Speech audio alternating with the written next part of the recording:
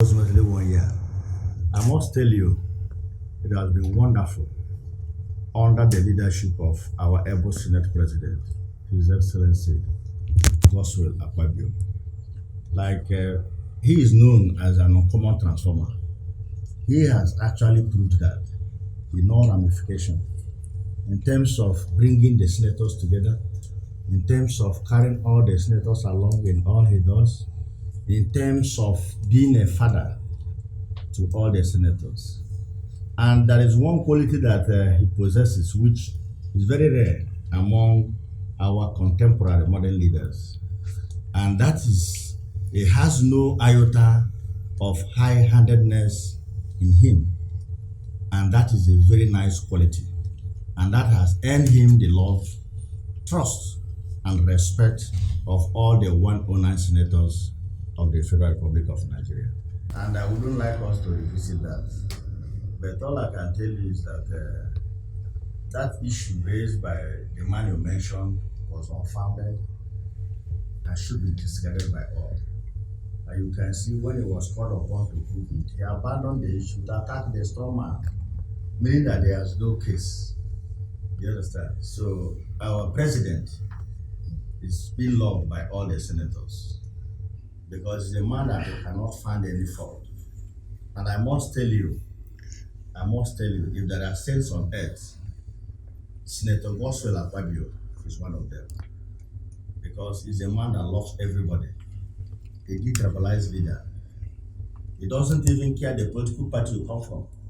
That is why when even you look at those who are very close to him, you can see PDP, you can see Labour Party, you can see APGA, you can see SDP. And that is the type of leader we want in this country. A leader who is after what you can offer and not where you come from. You agree with me that part of our problem in this country is nepotism, discrimination, ethnicity, and religion. But in the case of Senator Goswell Akpabio, it doesn't count on all those things. It's after what you can do, not where you come from.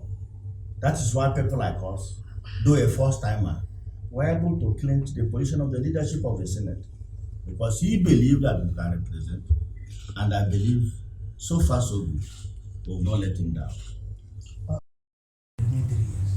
Well, the Senate, the 10th Senate, under the leadership of Senator Akpabio, is independent as provided by the law. The law clearly provided for separation of power. The executive is on their lane, the parliament is on their lane, and the judiciary is on their lane. The bill you said we passed within 2-3 days. Nigerians paid us to make laws for them. And we should do it with every sense of determination and seriousness. We don't need to stagger it for 1 month or for 2 months. We were paid to do this. And we are doing it with every sense of determination. We are not rubber stamp. You can see in many cases when we disagreed with the executive.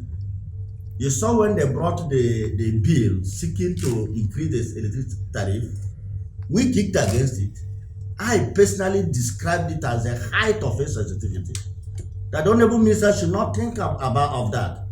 Now that Nigerians are passing through hell, flowing the removal of the fuel subsidy, and we are talking of increasing the electricity tariff, it means that you are not sensible, you are not responsive to the yearnings of the people.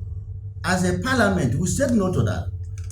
If we are rubber-stamped, if we are following the dictates of the executive, we would have kept mute. You can see what is happening now. The labor are agitating for wage increment. We are standing with the labor. We've had meetings with them. We encourage them. Because looking at the prices of goods today in the market, you will agree with me that it has even tripled, not double. And we are standing with labor, that the executive should look at what the labor is saying. 62,000 naira is not enough. I, as a person, none of my staff received less than 100,000 naira. I started the minimum wage long before now because I am reasonable. I feel the pains of the poor. I come from the poor background. My father died when I was in primary 3. It was with the help of my mother that we labored and toiled for me to go to school. I was telling my age the other day that somewhere in Ogun State, a town called Arelo Oremo, I used to go there to do farm work, to raise money to go back to school, and also to support my siblings. I was hawking in Lagos. I did hawking for 4 years in Lagos for me to pay my law school fees. And let me see this opportunity to remind Nigerian youths, nothing good comes easy. You must pay the price for you to be great. Don't wait for government to make you great or make you achieve your dream. You can achieve it. I did it, and today I'm a senator. I contested with a big man who had the money. I had no money, but my people believe in what I can do. They believe in what I have done. They believe in what I can do, and that is why I'm here today as a senator of the Federal Republic. And I'm grateful to God for that. And that is why I've never looked down on any poor man. I am the only politician that started building houses for poor people in my senatorial zone. No senator ever did it. As I'm speaking to you, I have 10 projects ongoing for indigent people, particularly widows and the less privileged. These projects are not in the budget. I do all these projects from the proceeds of my farm and my salary. I believe that what I'm getting here as a senator is not for me and my children alone. It's for me and the children of the poor, the forgotten. And I promise God, any year you add to my life, I must build for you. As I speak to you, I have 8 projects ongoing. I've completed 75 housing units across Ebonyi North Senatorial district and even beyond. Three months in office, I distributed 100 motorcycles. Price per one is 850,000 naira. Add it. I didn't stop at that. I distributed 10 private cars to those that worked for me. 2 months later, with the help of Mr. President, who gave us food palliative, I took it down home. I went to communities. I went to villages. I shared it to over 8,000 households. I didn't stop at that. Through the help of Mr. President, through agricultural inputs, I also engaged over 4,000 farmers. I gave them rice seedlings. I gave them herbicides. I gave them fertilizer. What am I doing? To make life better for my people, because that is my covenant with God. After that, I also coughed out a whooping sum of 50 million naira to settle the school fees of indigent students, including those who are not even from Ebonyi State. I know a student from Ogun State, some are from Imo State, who are doing medicine in Ebonyi State, Federal University in Ebonyi State. But their fees have accumulated to about 1.3 million, and they were at the verge of being laid out. But these are first-class medical students. I said no, because when you go to the hospital, the doctor that will treat you must not come from your state. I said the dream of these hard-working young Nigerian youths will not die. I have to offset their bills. And today they are back to school. And I promise to continue to offset their bills till they graduate. What am I trying to say? I'm trying to extend that hands of fellowship across Niger, because we are one Nigeria. Some are even from Benue, like I've mentioned. About 9 of them are from different states.